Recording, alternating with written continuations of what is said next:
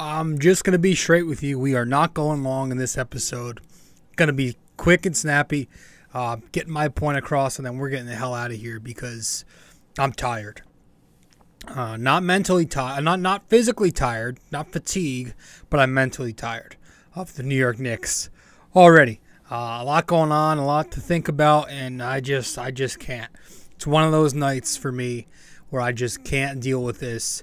The game that they played today, this afternoon, Sunday, Sunday, November 12th, or 13th, rather, just pitiful, pathetic, repulsive. So, quick episode in this one, just a little quick heads up before we dive into things. This will not be longer than 20 minutes. I say that all the time, and we end up going longer than 20 minutes, but please, for the sake of myself, if this episode is longer than 20 minutes, rip me in the comments, DM me, just tell me to fucking stop wasting my energy so much on this Knicks team who's just not that good. So, let's get into it. Welcome to BD4, an RJ Carbone podcast. BD4, where there is no better way to get your Yankees and Knicks analysis. We also do MMA. Yanks every series, Knicks every game, MMA on occasion. BD4 is a 5-star show on Apple Podcasts, also available in video format on YouTube and Spotify. So thanks for stopping by, and we hope you enjoy the show. Champion of the world, turning, looking, see ya! Anthony for three, bang! That one goes down, and the game is tied! Time! Penetrates, creates, and showing some dexterity as well with the left hand. Yankees win!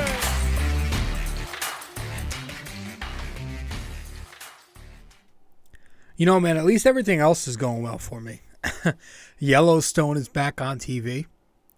The UFC event that just happened is, and I'm gonna try to hold myself back in this episode from talking about it, and I want to have an entire episode dedicated to it early this week coming up.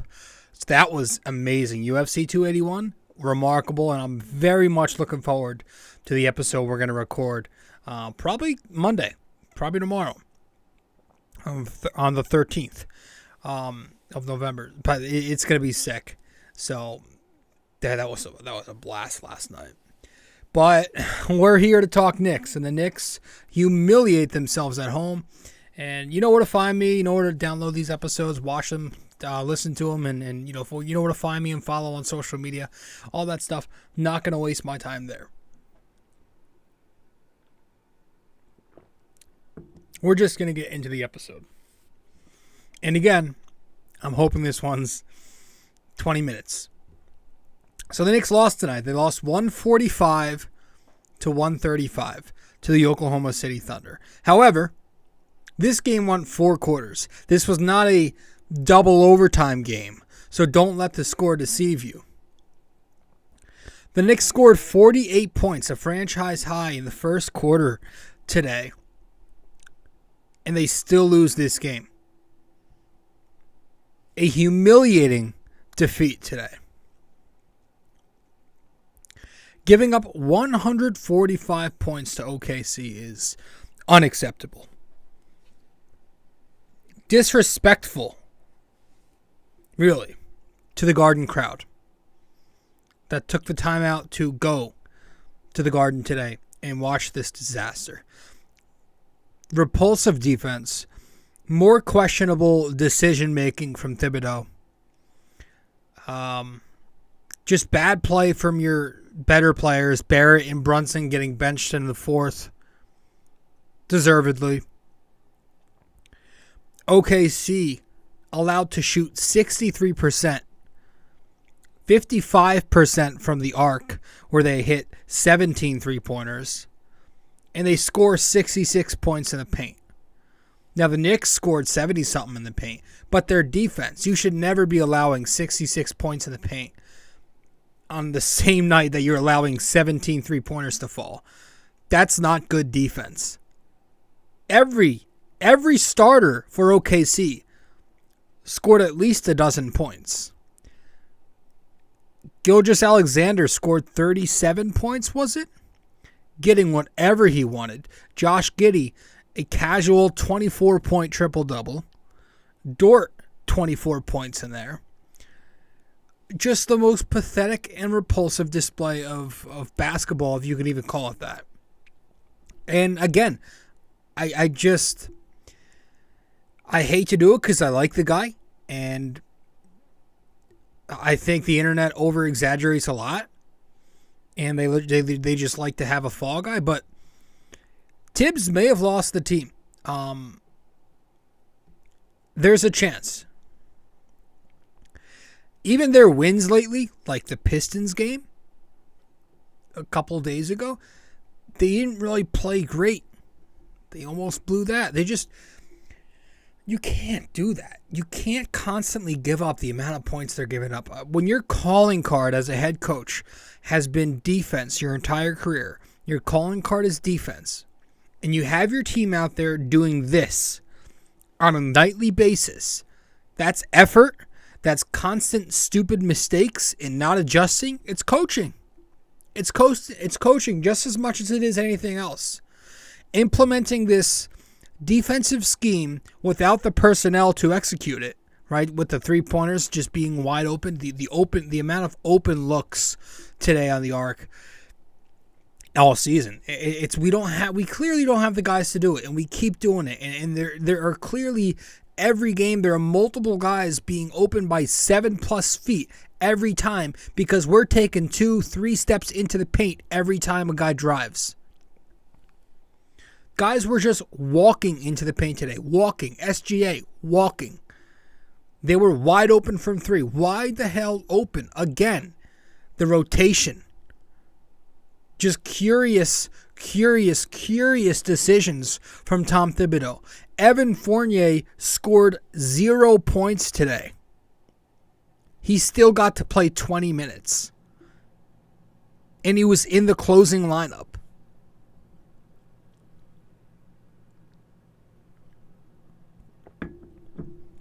Now, Brunson as a whole didn't play amazing, but his performance was at least better than Fournier's because while he wasn't great defensively, he scored the ball. He gave you 17 points efficiently. He only had 1 turnover, and I get his defense sucks. Well, then play Grimes over Fournier. Grimes only got 7 total minutes. You told us he was going to be situational. That wasn't a situation there. You needed stops. You had a fake comeback going.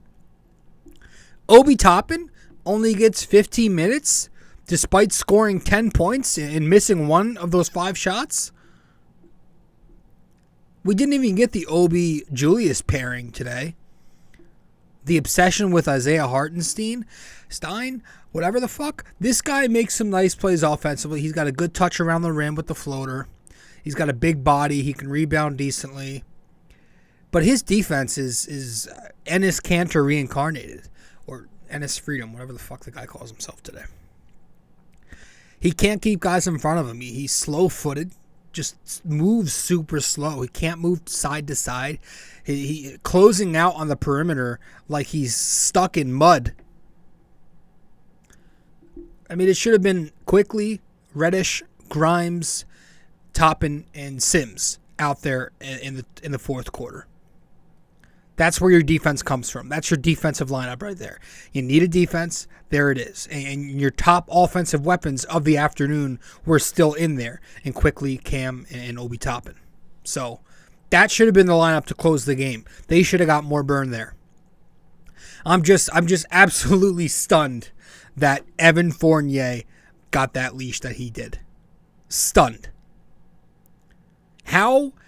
In what other universe does Evan Fournier, who scored 0 points in 20 minutes, get more minutes than Obi Toppin, who had 10 points in his 15 minutes?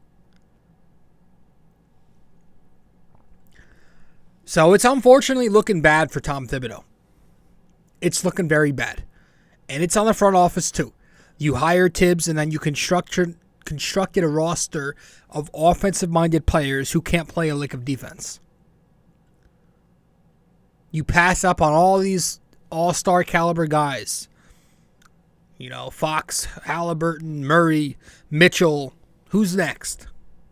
We need a star. Simply put, the New York Knicks need a star. That's their number one problem right now, if we're being, blunt. The Knicks don't have a star. RJ Barrett's not a star, let's be honest. He's a good, decent player, but he's not going to be anything more than that. He won't be a superstar. Julius Randle's not a superstar. He's not a star. He's a good, decent player with flaws. Just like Jalen Brunson. Good, decent player. That's why I call these guys the mid-3, because that's what they are. They're decent. And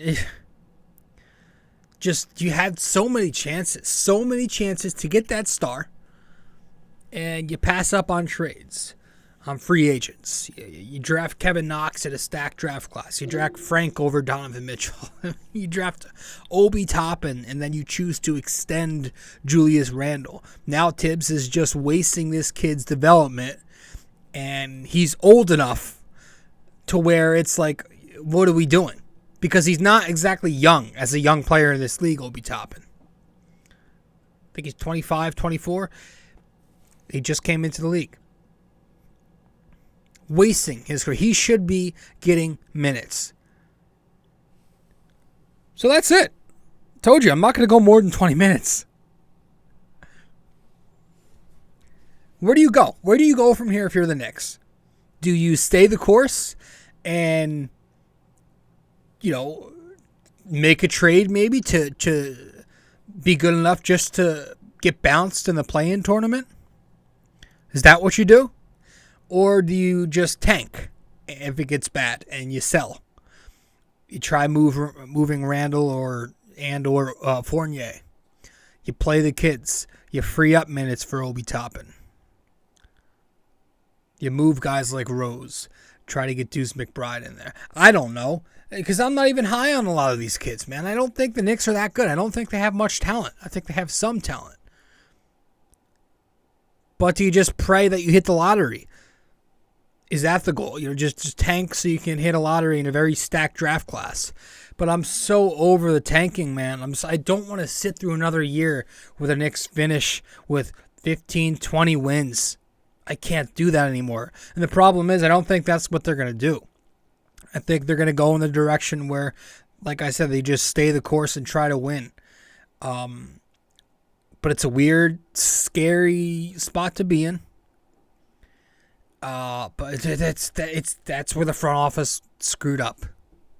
You got them out of misery, but now they're in mediocrity.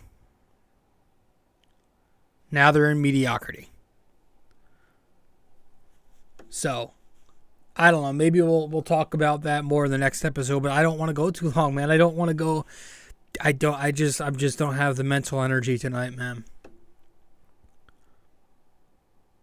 We're not gonna go over the stat lines.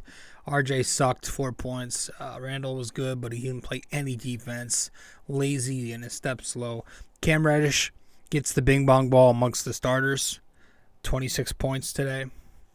Getting to the rack, playing good defense. IQ gets the bing bong ball off the bench. 24 points. Fuck.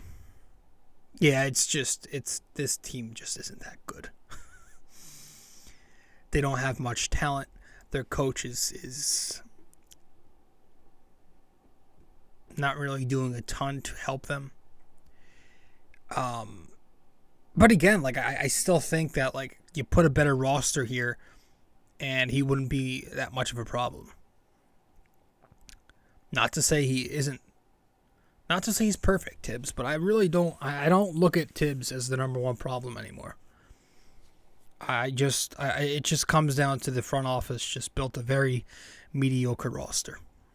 These guys have to bust their ass, and everybody has to be on top of their game just so they can win close games. good, solid teams are able to stop the bleeding and answer back and have a guy to start up the good momentum again mid-run because they have the talent for it. The Knicks are letting all these blown leads that we see result into blowouts. That's on awful defense. Awful defense. It's on coaching. It's on talent. Just not having talent. It's a little everything, but again, you get a better roster in here, and it changes. But that's a lot easier said than done. And the Knicks front office put themselves in this weird situation. So that's it. We're going to have an episode on UFC 281 early this week. It'll be Monday, Tuesday, or Wednesday. I'm not sure yet if I'm going to have a guest on. If I do, it'll be my buddy Leo, who's been on the show before to talk UFC. But nevertheless, it will be a fun episode. Definitely stick around for that. UFC 281 recap an MMA Saturday, which was fun. But as for this one, man, I don't have anything else to add. So I'm done. Let's get to break. Wrap it up with the question of the day.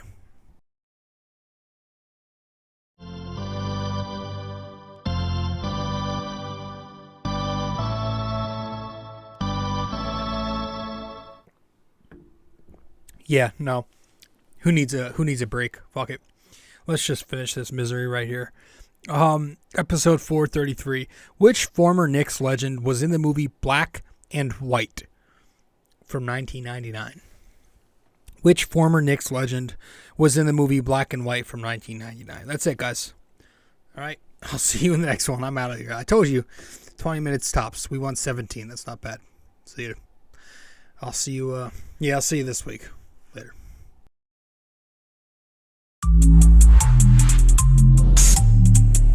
This episode was brought to you by Anchor.